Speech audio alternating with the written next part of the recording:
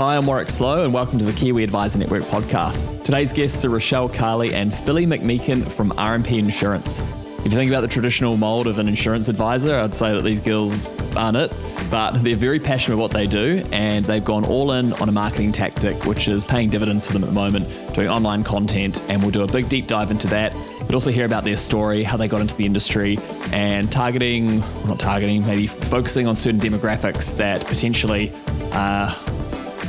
maybe often left behind. So I think you'll enjoy this chat. I really enjoy working with them. I think they're great people. And if you enjoy this, I'd love it if you could share it with other advisors who might get some value from it. Remember, it counts towards your CPD hours. And you can engage with this podcast via other platforms. If you're listening or watching on YouTube, you can listen via Spotify as well as Apple Pocasts. So enjoy.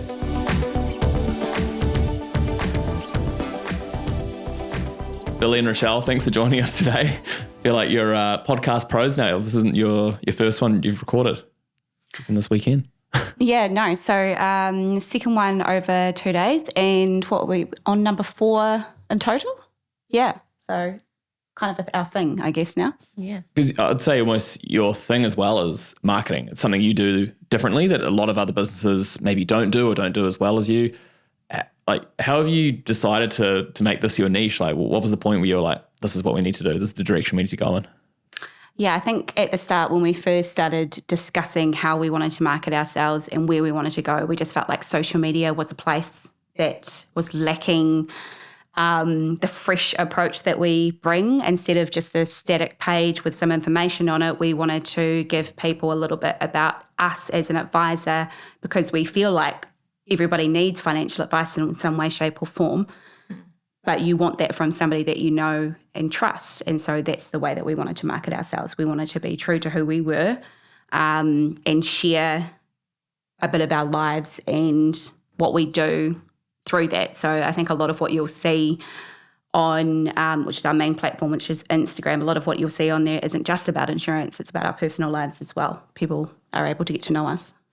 Yeah, and Rochelle's self-appointed but amazing head of marketing, and I think you'll agree, Warwick, from sort of following us, that she is very consistent. So I think the difference also is that a lot of advisors or companies start out and they'll do their posts and then they kind of die off because things get busy and they get sidetracked, and that's normal. But Rochelle keeps it so consistent, like literally every day, and a lot of her time and planning goes into content and themes and all of that. So it's a lot of work, but it absolutely pays off, and we know that we are a niche in terms of what we're doing.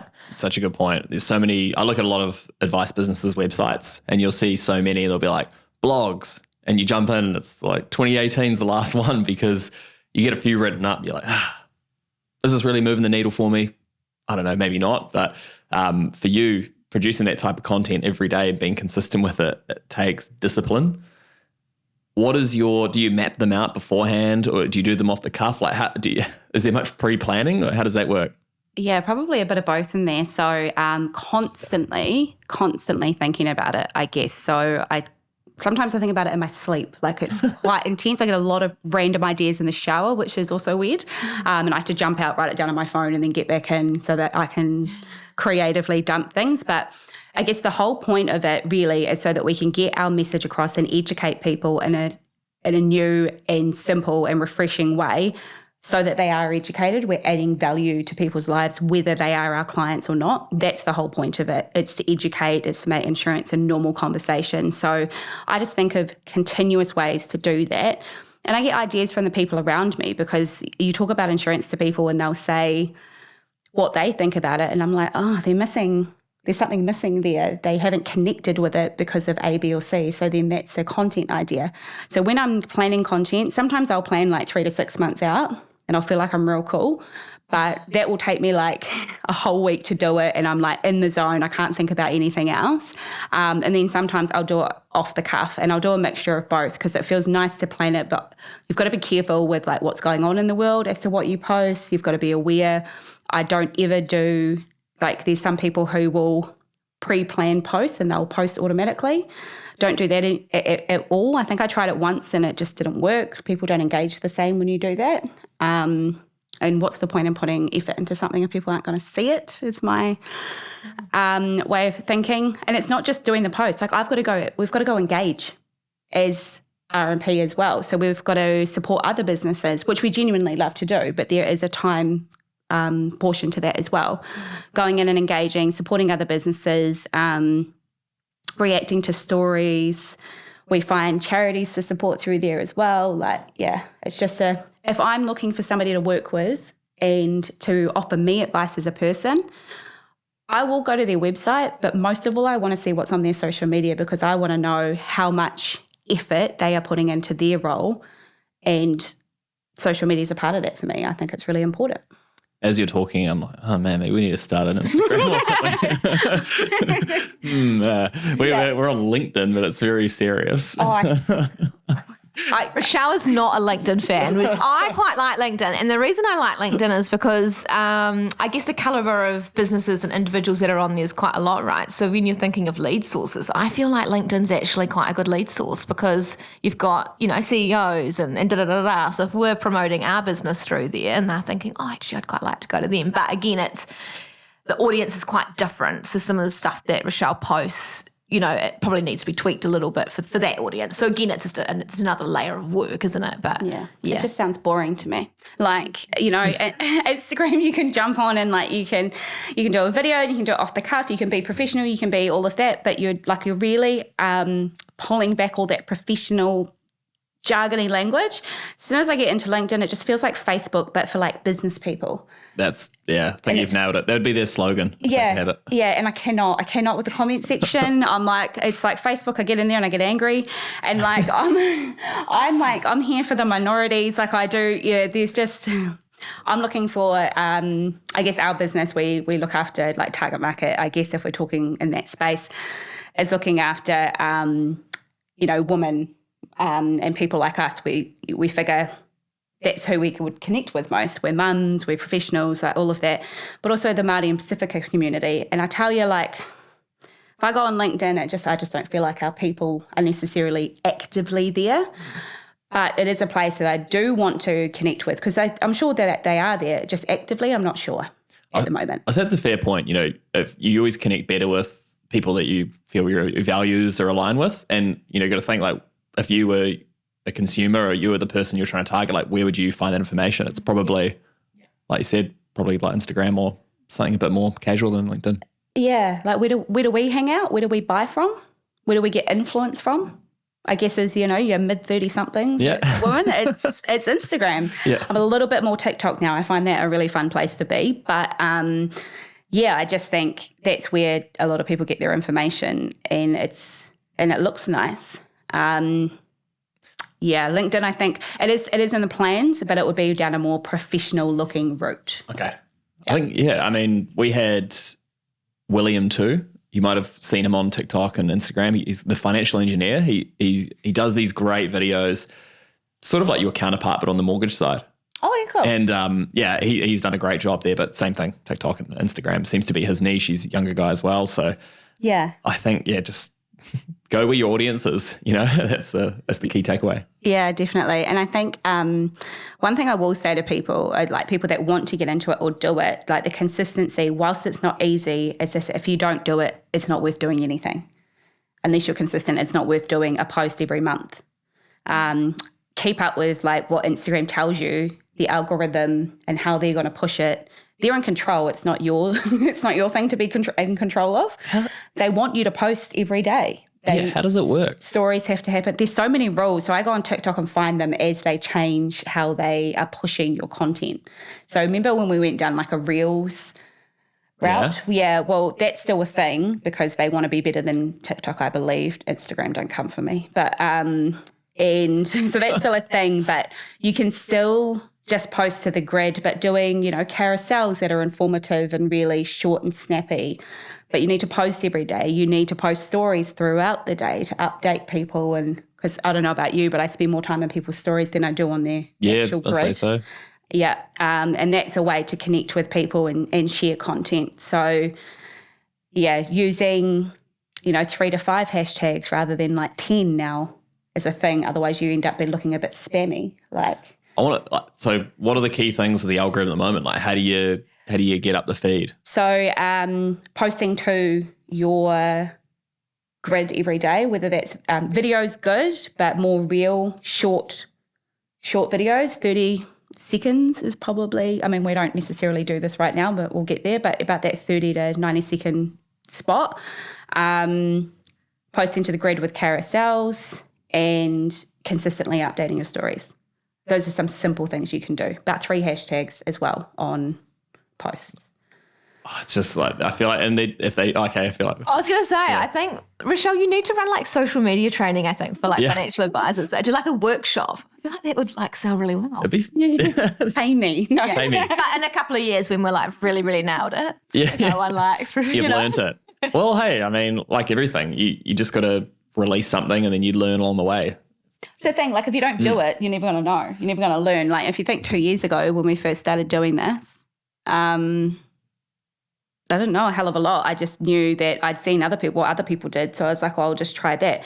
When I say see what other people did, do not copy other people. I will say that there has been instances where we're seeing people have directly copied our content. Right. And I'm not saying like the information is new or anything or we invented it. I'm just saying that if you directly copy somebody's content or stuff or whatever, your brand and your message gets lost because it's actually not yours, it's not you. So if you are really true to your brand and your message and what you're trying to deliver, then you can be like, okay, well, they make things look nice and I'm happy to do that and maybe I'll post every other day and I'll post the stories and be consistent, then that's going to get you somewhere. And I'm saying you can't post 1 or 2 times or even 10 times and go, I'm not getting any leads, so that doesn't mean it's not working. It works. We've had people follow us for 2 years that now still come to us and send us a message and go, hey, I want you to be my advisor. Wow. Yeah, like it is really, really powerful. They will get in contact with us and be like, hey, Philly, how's your running going? Because Philly shares her running. Yeah, I see it. Yeah. Yeah, so I think if we... Yeah, and they do say to us, like, we really love your content. I've been learning for all this time and I just got a reminder that I needed to do my insurance and I thought of you straight away. So it does work. That's the key part. You got to be front of mind when the timing's right because you can't control that. Any type of role where you're trying to bring business in or provide a service. Yeah, absolutely. Like Rochelle said, like it could be 18 months later that there's a trigger for them and then they think of you. But if you weren't consistent through that time, they wouldn't have come. Like just everyone has their own time that they're ready to do it. That's it. Crazy. And insurance, I feel like any time's a good time. So when it comes to like having your brand and having your message, how did you land on your one? Was that something that came quite naturally? Were you intentional about the planning of it?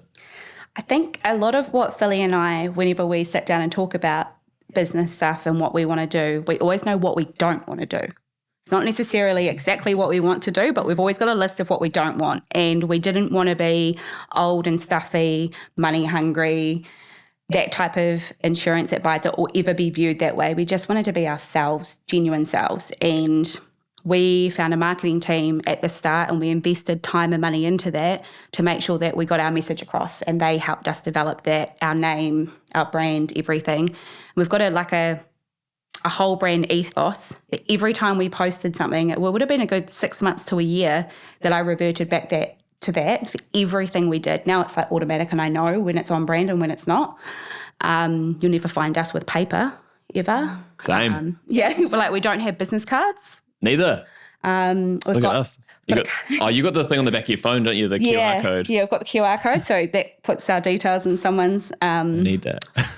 phone. Yep. KISS cards, they're great. But other than that, it's just stuff like that where I'm like, nah, that's not on brand. We won't work with certain people if we're not 110% that they're genuine or with us. And it makes it really, really hard especially when it comes to marketing, because you can't just work with anybody. Yeah. It's got to have those aligned values. Yeah. And it's our reputation and brand that we have built with our clients. So with R&P, I guess if we talk about the Instagram account, it's 1,030 followers roughly now. A lot of those are our clients. And so if you think about from a review point of view, they're always hearing from us and seeing us and knowing us. So they have a deep relationship with their insurance advisors that a lot of other people wouldn't. I'd say so. I feel. Yeah, and we do monthly newsletters as well, which is a really good way just to connect and provide, further education, updates personally, but also some market updates. So all our clients get those each month. So, it's another touch point. And when it comes to the annual review time, it's not like they haven't heard from us for a whole year. They're getting touch points all throughout those 12 months. I was going to ask about the rest of your day. So if you're spending this time on marketing, how does the advice part fit around it? It almost seems funny saying that, but how do you juggle those two? Yeah, sorry, I feel like I'm talking a lot. I will. Hey, look. Philly side of things. To be honest, that's the purpose of the podcast. You got to talk. I think, so I guess, and I said this before we started recording and we were just chatting away, that sometimes 30% of my day is my actual job. To be fair, I could do financial advice and being an insurance advisor with my eyes closed. I would be dead bored if that's all I did. So the marketing fits around that, and it's not because it has to be done. There's no list there sitting, Rochelle, you have to do this every day for marketing. It's my brain and the way that it works, and it's like, hey, you got to do this now. Like a new idea pops up, and then I've got to research that idea and kind of roll with it. My advice, because of this little plug for you guys, is that Trail makes it so easy for me to give advice. So my brain works really quickly. When I'm talking to somebody, I'm like, yep, this is what they need. This is how it's going to look. And we work through that. And the hardest part, really, the longest part of an advice process is the customer coming back to you. So if that happens efficiently, everything can happen really well. But so that's quite an easy part of my role. Okay. It's always easy. There are challenging times, but I can and I cannot balance it really well. Just say as well, we have come from the background of the corporate engine, right? And in the corporate engine, you're trained to do multiple things throughout your day, like a lot. You carry a lot of stuff. So when we moved into the advisor world, a lot of that stuff could be dropped, right? Because it wasn't relative anymore to what we were doing. So, and we're females, so we can multitask. Yeah. We carry a lot, and we're mums. We carry a lot in our head. Oh my goodness, yeah. We're like pack horses with all the stuff. But Rochelle and I, we work very similar in the fact that we're incredibly efficient. So we can actually power through a lot of work. And what also has been quite clear to us stepping out of the corporate world is that we don't need to be a bum on seat for 12 hours a day to be efficient, to be successful, to do well. Actually, you can do really well in a short amount of time, dropping those things, but also just doing things, really efficiently and really well. We don't have to be at our desk 12 hours a day. And it's the beauty of having your own business. business. We've learned balance. That's right. Yeah. And were you going to say something? I was just going to say, we used to work, I'm ashamed to say, probably 50, 60 more hours a week prior to this. And I'm not saying that was like a bad thing, but we just don't need to do that anymore. We don't need to have meetings for meetings' sakes. To be fair, we're having 4 different conversations a day over different platforms. So Snapchat, Messenger, Instagram, depends. And they're all different. It'll be about running, it'll be about our kids, it'll be about work, but 2 different parts of work, email. Yeah, it's I like funny. that, keeping them separate. Yeah, locations. and then you're talking on different things at the same time. It's wild, but and you're sitting next to each other. yeah. It'd be quite handy if we were, because things would be even quicker. But we're always trying to find ways to be more efficient and do things better for our clients, for ourselves, because the process from wanting to be insured to being insured should be really quick, and the rest of it, yeah. So I spend a lot of my personal time sometimes thinking about marketing stuff, but one day I'll have somebody else that does it with me or for us, yeah. But, and Philly takes care of the QA side, which is something I'd slightly rather die than do. So, if you did bring someone in, how can you, it's so ingrained in your role and your personality, how could you let that go? It's a very good question. I don't think she could. I don't think she could. But what we could do is free her up in other areas. Okay. So if we can get someone to do, her compliance or some of her admin or some of her zero and all those kind of other admin things, because I think you would need to keep doing it because you're so good at it, and I think you actually enjoy it, 90% of the time. You're so creative and come up with great content. So I think it would be, allowing Rochelle to do that, but just taking off some of the other pressure in the other areas. Also just asking for advice, I think, long term, can I do the podcast all the time? I've got so many things to juggle and I'm not as good at multitasking as you. So could we do something else? I don't know. Yeah. I think I'm also a little slight control freak, which I'm, if you can, I've got this thing in my head, why ask somebody else to do something you can do better yourself? But I'm learning to let go of that. Especially being a mum to a teenager, like you kind of just have to let go. Things aren't perfect. No. You got to learn. I always think like, why do I consider myself at a point where I'm very capable of doing this? It's because I failed and I learned. Yes. Yeah. Yeah. And things will absolutely, you never actually know what's going to work. Sometimes, like when you have ideas, you never know what's actually going to like hit the spot with people. And then something does and you're like, what the, like, it just blows your Something mind. resonates with them that you wouldn't expect. Yeah, definitely. And, you know, the podcast that we did one 2 years ago and we still get people coming to us now. They're like, oh, I heard you on this podcast. We're like, what? So how many have you done now? So this will be number 4. Okay. So the Girls Uninterrupted, so Brodie Kane, Gracie and Caitlin. Lovely gals, really, really cool. What's that one about? Just the gals, really. Yeah. Like, it's For just those who don't know. Yeah, it's just like a day-to-day. Just like chatting with your best friend. So it's not insurance or advisor Anything related. But yeah, so it's just sort of a bit of a yarn with your friends, really. Yeah, and they and that's what it feels like. It feels like listening to your friends, like have a good chat. And then Sarah from the One Up Project, she shares a lot of her finance journey. I can't say advice, obviously, but tips and tricks on Instagram as well. And she's got quite a big following on Instagram too. And then yesterday we talked with the gals from The Curve, so Sophie and Vic, and they are obviously providing, well not obviously, but they provide financial education to women across a lot of things, but most of it's investing as well. And so we had a good chat with them. That seems very, like the others are more kind of agnostic, but that seems very direct targeted. I mean, how do you get in a position to be on that podcast? I imagine you're not the only insurance advisor that wants to be there, you know? No, I don't think we were. Yeah. I definitely don't think we were. It was a good almost a year of discussions and speaking with them. Yeah, and then getting to know us and watching us and seeing if it fits for them, because you know they've grown really quickly. They've got a great following. They're really successful now in terms of this, their status, I guess. And for sure, yeah. I think my partner listens to it, so it's like it very much is. Like there's a lot of, you got to make sure it comes back to that aligned values part, and they're probably thinking the same thing you are. Like, that's right. I mean, the similarities there, 2 females, 2 ex corporate females. Yeah. Same here. So I think it did work really well, and I think, really excited to kind of have that. Yeah, and we could see and feel that when we were recording the podcast as well, and like the differences Philly and I have. They've got the same differences between the two of them. So Philly's probably more aligned with Vic, whereas myself is Sophie, although I'm probably the spender in the relationship, which I believe is Vic. And okay. So kind of like you just get like a few different ones there. But I remember you were the one that brought up the curve to me originally. You and I were having a chat and you're like, have you ever thought about doing, like talking to or listening to these girls or talking to them or what? And that's how I reached out to them. I was like, that's not a bad idea. And they were new around then. It's funny, like just those little things you say as little tidbits that it sticks with people. Usually it's offensive things I say. But nice to have a positive thing. I don't know everything. Yeah.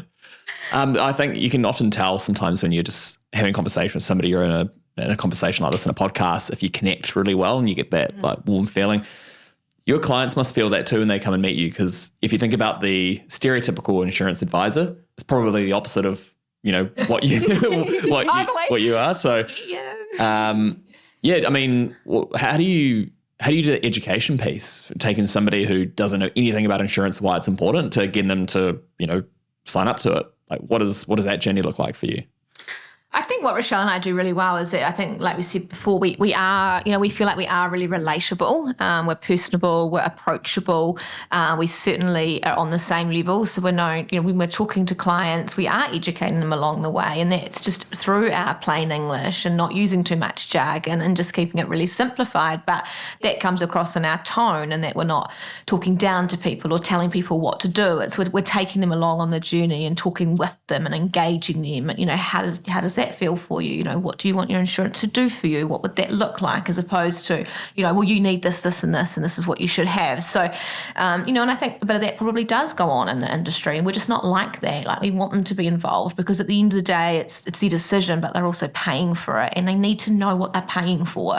They need to understand what it's going to do for them at claim time, and that's something that's really important to us. Yeah, definitely. And obviously there's like a compliance side of this, right? The FMA don't throw out rules willy-nilly. Like, you've got to fit in with that. But again, you don't want to be that advisor that is basically reading somebody a product disclosure statement and going through every little bit. You want them we want people to understand in their own language. And well, that's what the FMA want. They don't want you to read out a long disclosure statement that's like 20 pages long. Put me to sleep. Like, I totally get it. Like, and don't get me wrong, because we're specialists, we read the fine print. We know what the fine print is, and you know, that's a little bit more exciting for us. But we would never do that to our clients. We tell them what they need to know and why things suit them, and that's how advice should be done.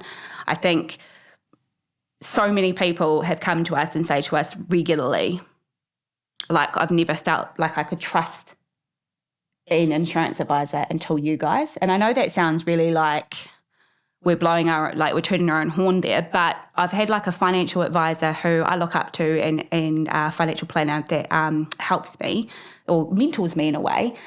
And he's like, I've been in the industry 25 years. I've never met somebody who writes advice and looks after their clients the way that you do and genuinely puts them first. That blows my mind. And that's how we will always be, and how our clients will always, that's the service they'll always receive. Yeah, look, our clients are part of our family, like our R&P whānau, and we genuinely mean that, and we genuinely want that. You know, it's not just a tick box. It's not just, yay, let's just collect the year renewal, woohoo. Like, it's actually what's changed in the last year. You know, oh, that's so exciting. That's so cool. Last time you were doing this. What about this? And we talk to each other about it. We're like, oh my God, did you know that blah, blah, blah had a baby? And like, or, we've got a client that did an Iron Woman, like stuff like, and we're just like, gassing them up on social media. Like, we love that. It's just, I don't know, we're kind of possibly too emotionally involved, but here we are. Like, that's what we love. We've got so much empathy and so much care for our clients, and I'm sorry, but that's from a wahine point of view. That's what we bring to the table. And, you know, someone's not going to look at us and be like, hey, this lady's going to take all my money and then she's going to go home and look after her kids. It's just not how we operate. Yeah. That's so cool. I think like the crux of it, that's really what the new legislation, if you read between the lines, it's good customer outcomes, easy for them to understand. And that's the purpose of all those disclosure statements, really. It's just, you're like a translator. You're taking all the jargon, putting it into plain language. Just do the right thing. Do you know what I mean? Like, it sounds easy, but actually just communicate, get back to your clients and do the right thing by them. Like, it's not that hard at the end of the day. Yeah. And if you do things digitally, if you're not printing things and not giving people heaps of paper, it actually is very efficient, and things do get done really, really well. And from our point of view, we could talk about all this other stuff that we do outside of our roles. We still have a successful business. We're very happy. We are more present in our children's lives, and our, Philly's husband and my partner as well.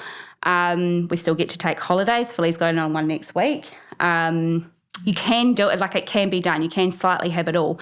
I think the difference with us as well is that we didn't buy a book coming into the industry. We didn't have a client base. We've built that on our own, and we will continue to do so. But yeah, from a client perspective, like, we're not there to judge them. We're there to just look after them and, I guess, do the right thing. Because you said you're ex-corporate. Did you meet through your previous roles?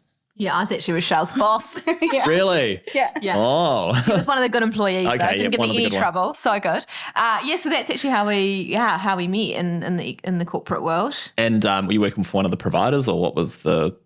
Yeah, working for a main bank originally, and then that main bank brought out an insurance, sold to an insurance company it was sort of like a lift and shift. So the whole insurance team got lifted and put into that insurance company, and we were there for a couple of years. And, I was in sort of some various leadership roles and things like that. So it's quite a change, but on the other side, being back to an advisor, but I really enjoy it. And I think I missed that client stuff a lot.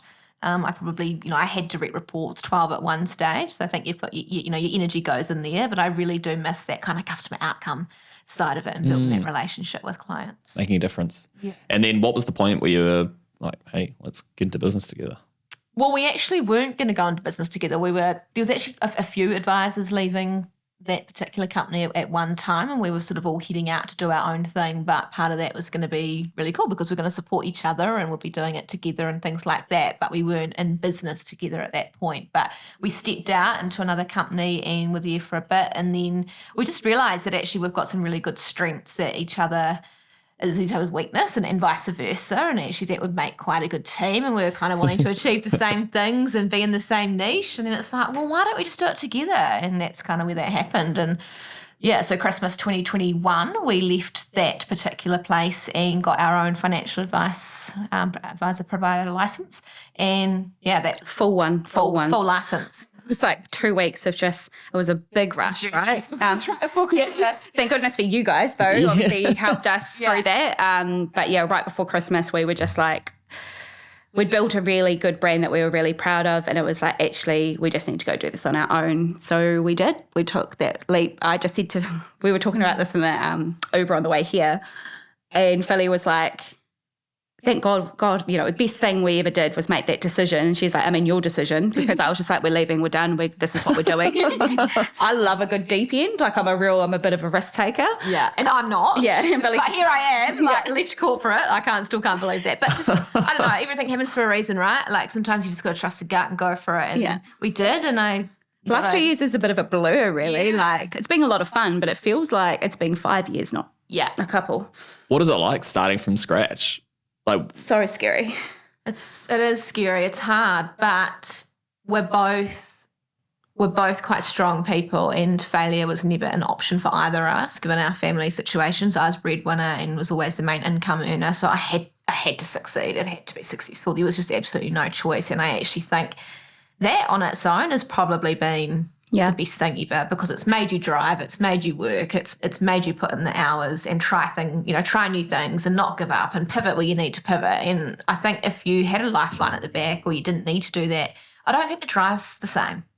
Yeah, if you just got a cushy, comfortable there's less of that motivation. To kind of do well, it's kind of like, well, we don't have a choice. We have to do well. We need to provide this amount of money, and it's just how it is. It's the reality of it. Yeah. Would you ever bring another person in to give advice? Would that be something you consider? Yeah, we don't know. I would probably we're not there yet to start thinking about it. Definitely somebody in to help with probably more my admin, because it does pile up on me. I think you never say never. Like I think the last couple of years has taught us that you just don't know what's around the corner, and you don't close off to anything. Just be open, see what happens. Things will naturally evolve, and we're here for that. Yeah, and something I really want to say is like how proud I am. So Philly of 2 years ago would never have spoken in that format of just being like, you never know, like a really, really exciting. You should be like, I just want to make sure that, I just want to do the right thing, and I want to make sure that, obviously I can support my family and do a good job.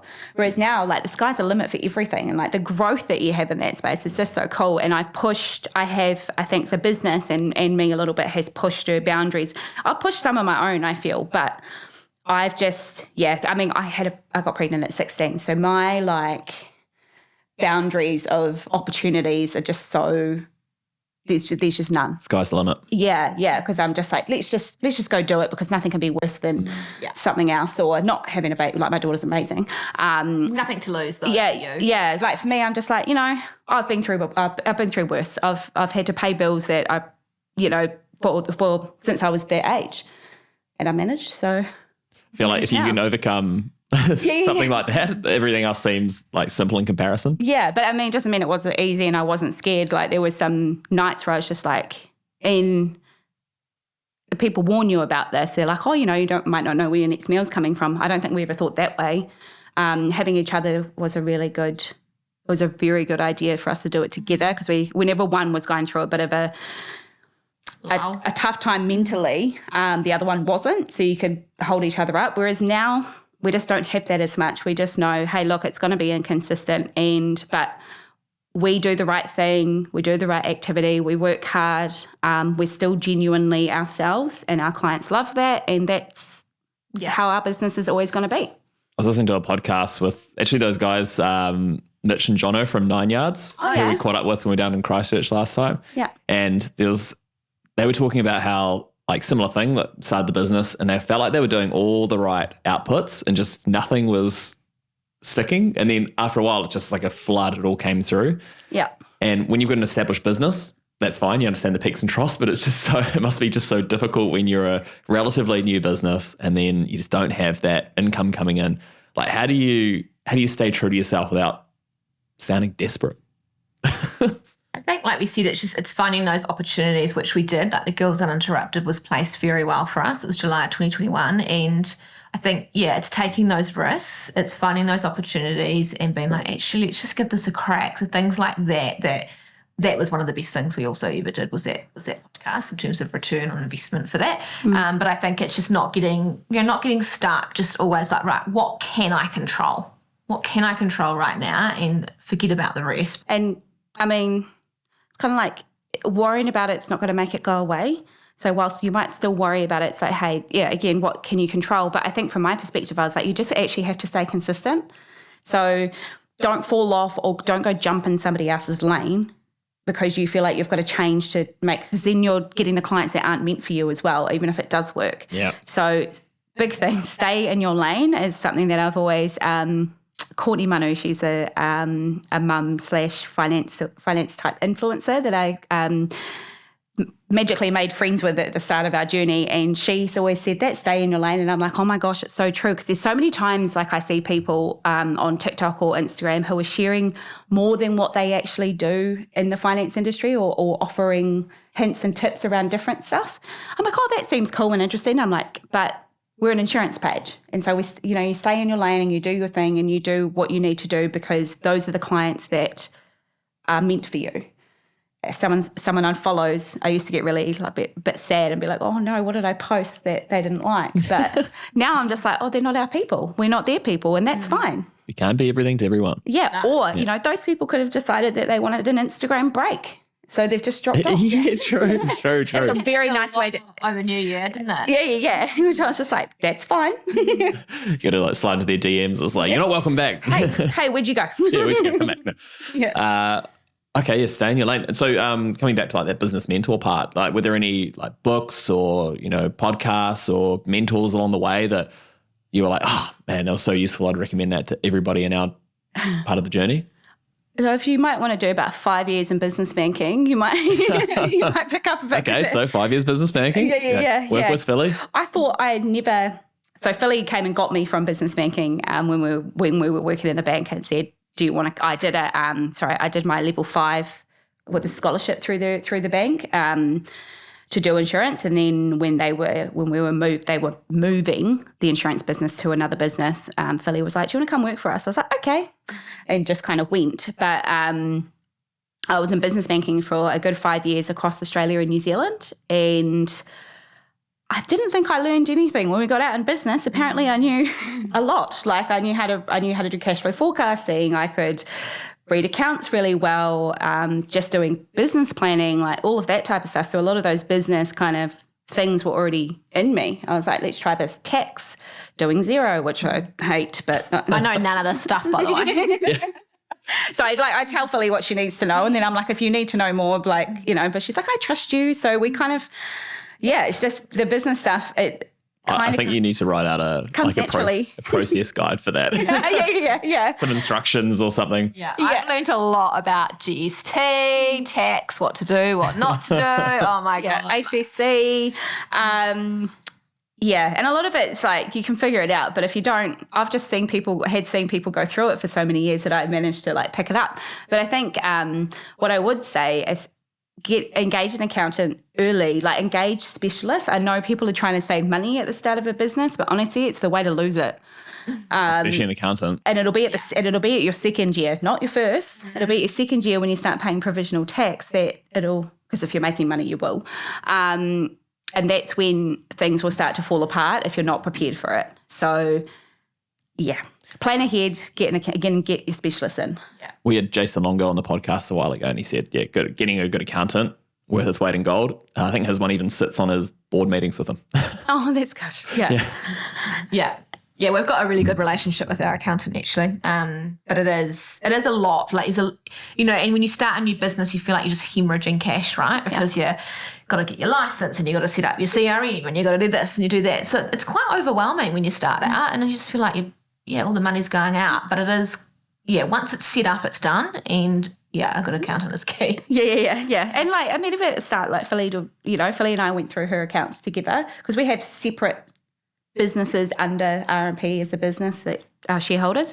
And so we go through everything. And I was like, yeah, you're good, mate. Like, you're all good. And I think the thing that was really, I guess, helpful for us is being in partnership because everything's halved. So all the expenses that we have as a joint business are halved. So someone's like, that's $400. We're like, sweet, it's only $200, because whereas like everybody else, if you're on your own, you're paying all of it. And it doesn't often cost much just because there's two of us. Because you're paying as a business. So that's how we think about it. It's like that dieting tip. If you cut portions in half, you can have twice as much. Definitely don't recommend that. Maybe 75%. And what's next on the roadmap then? I feel like you've got to that point. What has it been, like 2 years? Yeah, it's just over 2 years now. Yeah, I feel like we are at a little bit of a turning point, to be honest. And I think, I think just the podcast yesterday, I think it'll really elevate us to the next step in terms of that. We've definitely got some plans long term in the corporate space and things like that, some things that I'm really passionate about that we want to get into. Rochelle's really obviously passionate about the Māori and Pacifica community and helping out more there and educating more through there. So there's definitely lots. I don't think that's like sky's the limit. I think there'll always be things now that we want to do, and I think it's just bloody exciting. Yeah, we've got really big personal goals and business ones as well. So it's actually, we're about to go into some probably about 6 to 8 months worth of business coaching with somebody to make sure that we're working on the business and ourselves and our growth constantly. And from that perspective, that's about making sure that our clients always sit at the forefront of everything and the rest will kind of follow, but it's just formalising that more and preparing our business to be where it needs to be. No one wants to have a business at some point that needs all this staff, but the business isn't prepared for it. Like a staff member comes in and we just do that because we don't actually have time to teach them how to do anything. So we're kind of going through that, and it will be a turning point. I think next year. See, I'm always living in the future. Always. It's quite, it's good, except for sometimes when I'm not present. But I'm always thinking ahead. But I'd say next year we'll be where some quite bigger changes come into play and we make some bigger decisions for the business. But for now, I think we're about to get real busy and we're very excited about that. And with the business coach, how do you find them? Is that someone you knew previously, or is it? Yes, someone I know, knew previously. So Te Puni Kōkiri is a government Māori organisation that supports small businesses or Māori businesses. So it's somebody that I engaged with way back when I first started in business, and they've now left that position, but Te Puni Kōkiri are supporting us as a business to have that business coaching. Cool. And they're invested in us, I guess, from that perspective, which is really cool. And then we've also got some marketing planning coming up with our marketing team, Attraction Studio in Christchurch. They've been amazing. Love what you're doing.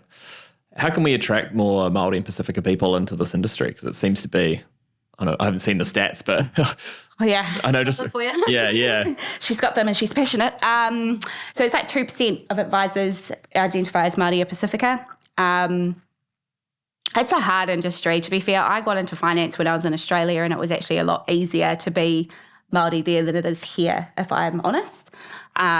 So to be in spaces where there's no representation, or how are you supposed to think beyond that? I've